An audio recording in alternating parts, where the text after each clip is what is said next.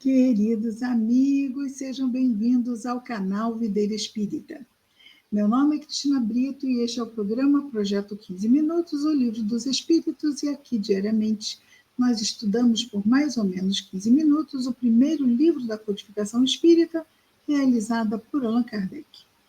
E hoje nós vamos dar continuidade. Estamos no livro terceiro dessa obra, que trata das leis morais. É composto o livro terceiro por 11 capítulos. Estamos no capítulo 9, que fala da oitava lei moral, que é a lei de igualdade. E estamos no subitem, entramos ontem, no subitem que trata da desigualdade das riquezas. Vimos a 808 e hoje vamos ver a 808A. Como a 808A é continuação da 808, vamos reler rapidamente aqui a 808. Pergunta Kardec. A desigualdade das riquezas não tem sua origem na desigualdade das faculdades, que cada um de nós tem entre si, não é? Que faculta a uns mais meios de adquirir bens do que outros? Em tese, sim, não é? Se todos fossem honestos. Sim e não. Que dizes da astúcia e do roubo? Tudo isso, livre-arbítrio. 808A, então, seguinte a essa, entretanto, a riqueza herdada não é fruto das más paixões. Então, entra aí com outro fator, herança. Que sabes disso? Esse espírito já vem logo nos enquadrando. Que sabes disso? Busca a fonte de tal riqueza e verás que nem sempre ela é pura. Sabes, porventura, se não resultou de uma expoliação ou de uma injustiça? Mesmo sem falar da origem, que pode ser má, acreditas que a cobiça de bens, ainda quanto adquiridos corretamente, os desejos secretos de possuí-lo o mais depressa possível, sejam sentimentos louváveis? Ou seja, uma família que tem aquela pessoa rica e já está idosa, chega todo mundo esperando, que nem urubu. Quando vai? Quando vai? Quero logo, minha herança, está me esperando. E aí os espíritos perguntam, isso é louvável? É isso que Deus julga, e eu te asseguro que o seu juízo é mais severo que o dos homens. Se fosse só pela justiça de Deus, ia ser complicado. Mas Deus é Pai de toda justiça, mas também Pai de toda misericórdia, não é? 809, pergunta Kardec, se uma fortuna foi mal adquirida inicialmente, os que a herdam mais tarde serão responsáveis por esse fato? Certamente, respondem os espíritos superiores, certamente eles não são responsáveis pelo mal que outros hajam feito, sobretudo se ignoraram o fato. Mas fica sabendo que muitas vezes a fortuna só vem ter nas mãos de um homem, de um encarnado, para lhe dar a oportunidade de reparar uma injustiça. Feliz dele se o compreende. Se o fizer, reparar a injustiça, em nome daquele que cometeu essa injustiça, ou seja, eu vou reparar em nome daquele meu parente que cometeu essa grande injustiça. A reparação será levada em conta de ambos. Olha, também vai cair positivamente na conta daquele que errou. Porque é sempre, quase sempre, esse último quem a provoca. Esse último é aquele que cometeu a injustiça. Ele cometeu a injustiça, quase sempre é ele mesmo, e aquele que recebe a herança pode reparar essa injustiça e ainda colocar a benefício daquele que errou. Aquela velha história, quem não, quem nunca, não é? Não vamos atirar pedras. 810. Sem se afastar da legalidade, qualquer pessoa pode dispor de seus bens de modo mais ou menos equitativo.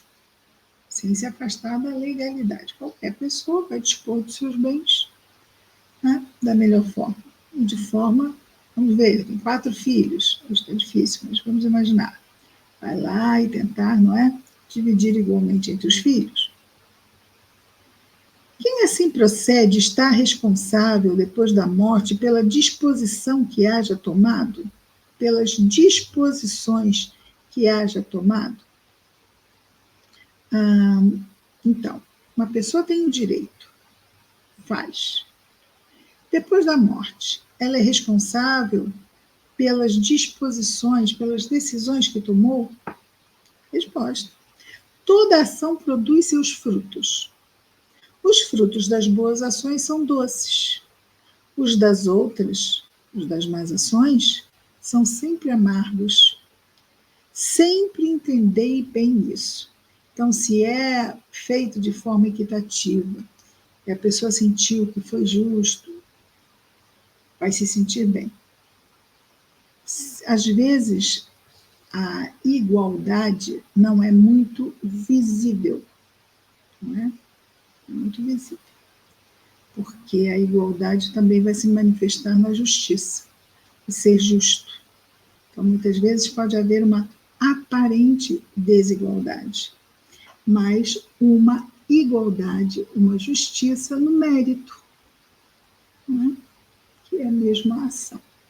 E aqui, como os bons espíritos disseram, os frutos das boas ações são doces, e os das más ações são sempre amargos. Então, às vezes, pode ser que não haja uma divisão igualitária por não haver uma justiça que responda por uma igualdade. Se um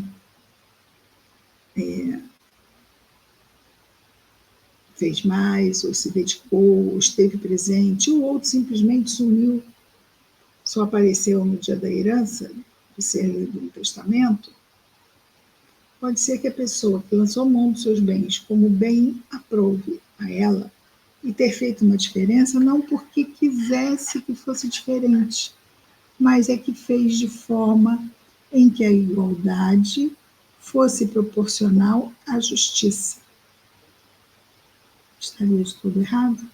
Estou me lembrando aqui da parábola dos talentos. Dos talentos, não, os trabalhadores da vinha, os trabalhadores da última hora, em que o Senhor combinou um valor aos primeiros que chegaram na vinha. Mas depois não combinou mais nenhum valor, disse que seria dado que fosse justo. Quando foi pagar, começou a pagar primeiro pelos últimos e deu o mesmo valor que tinha prometido aos outros que chegaram à primeira hora. Os que chegaram na última hora receberam o valor que o senhor da vinha tinha prometido àqueles que chegaram na primeira hora, os que trabalharam o dia inteiro, os mesmos que chegaram na última hora. Então, quando chegou a vez deles, que foram os últimos a receber, os que chegaram primeiro, eles pensaram, poxa, vamos receber muito mais. Se aquele que chegou por último recebeu o mesmo que ele combinou conosco, vamos receber muito mais. Só que o Senhor foi pagar a eles e deu o que tinha combinado, o mesmo que tinha dado aos que chegaram na última hora. E ficaram muito chateados mesmo. Falaram, Senhor, reclamaram. E ele disse, mas espera aí, não foi o que eu combinei? É justo, eu não posso fazer então o que eu quero com o que me pertence? Toma o que é teu e vai-te. Então há aí uma justiça que transcende o olhar daquele que se sente prejudicado. Não é? Mas, em toda essa avaliação, como em todas as escolhas que nós fazemos na nossa vida, a justiça de Deus vai permear as nossas escolhas. Foi a melhor, não foi? E depois que desencarnamos, Essa justiça está na nossa própria consciência. Por isso também que na pergunta nós temos: quem assim procede será responsável depois da morte pelas disposições que haja tomado? Ora, e da onde vem essa cobrança? Não é no tribunal que vai fazer isso, é a nossa própria consciência. 811. Pergunta Kardec. A igualdade absoluta das riquezas é possível?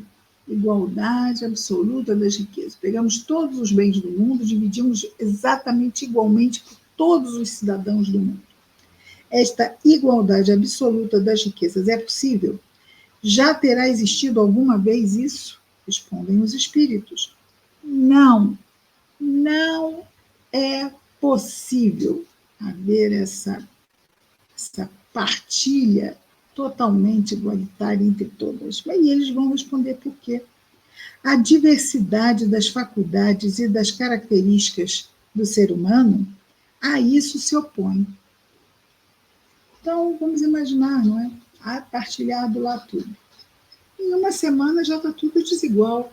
Um usa bem, o outro joga tudo fora, não é? O outro gasta sem imaginar que tem amanhã. O outro gasta de forma irrefletida, no sentido de forma injusta. Ou seja, naquele segundo, todos teriam a mesma coisa. Segundo, uma hora depois já seria tudo diferente, não é mesmo? Então, não é possível. A diversidade das faculdades e das características do ser humano, a isso se opõe. 801, a continuação. No entanto, há homens que creem ser esse o remédio dos males da sociedade. Que pensais a respeito? Então, a desigualdade é a resposta para todos os males da humanidade, ou da sociedade. Os espíritos dizem: são sistemáticos ou ambiciosos e invejosos. Não compreendem que a igualdade com que sonham logo seria desfeita pela força das coisas, aquilo que falamos antes. Combatei o egoísmo, que é a vossa chaga moral, e não corrais atrás de quimeras. Não vamos correr atrás de ilusões. Vamos viver quando todos tiverem a mesma coisa. Isso não vai acontecer. Por quê? Porque nós somos diferentes e fazemos uso diferente dos recursos que temos. 812 pergunta Allan Kardec: se a igualdade das riquezas não é possível, sucederá o mesmo com o bem-estar? É possível que todos tenham, então, que não o dinheiro, mas igualmente o mesmo bem-estar? Resposta: não. Mas o bem-estar é relativo e todos poderiam desfrutá-lo se entendessem convenientemente. Bem-estar, dignidade humana. O verdadeiro bem-estar consiste em cada um empregar o seu tempo naquilo que lhe seja agradável e não na execução de trabalhos pelos quais não sinta nenhum prazer. Esse seria o verdadeiro bem-estar. Nós vemos que no mundo de hoje tem muita gente que não está tendo bem-estar, não é? Como cada um tem aptidões diferentes, nenhum trabalho útil ficaria por fazer. Ou seja, estamos sendo obrigados, e muitos que serem obrigados a fazer coisas que não querem fazer, que não gostam de fazer. E os espíritos superiores estão dizendo que é possível que, se cada um fizesse uma parte, que se sentisse bem com aquilo, tudo daria certo. Mas aí entram outros tipos de interesse. Eu gostaria de fazer sapatos, acho lindo sapatos, tenho criatividade para criar modelos, fazer sapatos, mas ninguém ganha nada fazendo sapato. Vou fazer um concurso e vou trabalhar num escritório XYZ. Sim, mas esse escritório XYZ transforma-se em um fardo no bem-estar daquela criatura. Mas são escolhas, né? A vida é feita de escolhas. E aqui, só rapidinho, aqui é o 812A. Será possível que todos se entendam? Porque ele vai dizer, né, que seria, se todos se entendessem, né, cada um faria uma parte, ficaria todo mundo bem. Será possível que todos se entendam? Resposta: os homens se entenderão quando praticarem a lei de justiça. Então, não nos entendemos ainda e não vamos nos entender tão cedo. A lei de justiça, amor e caridade. A última das leis morais. Chegaremos lá. Então, vamos nos entender quando todos nós praticarmos a lei de justiça. É isso. Amanhã estaremos de volta com o nosso projeto 15 Minutos, o Livro dos Espíritos. Até lá, muita paz a todos.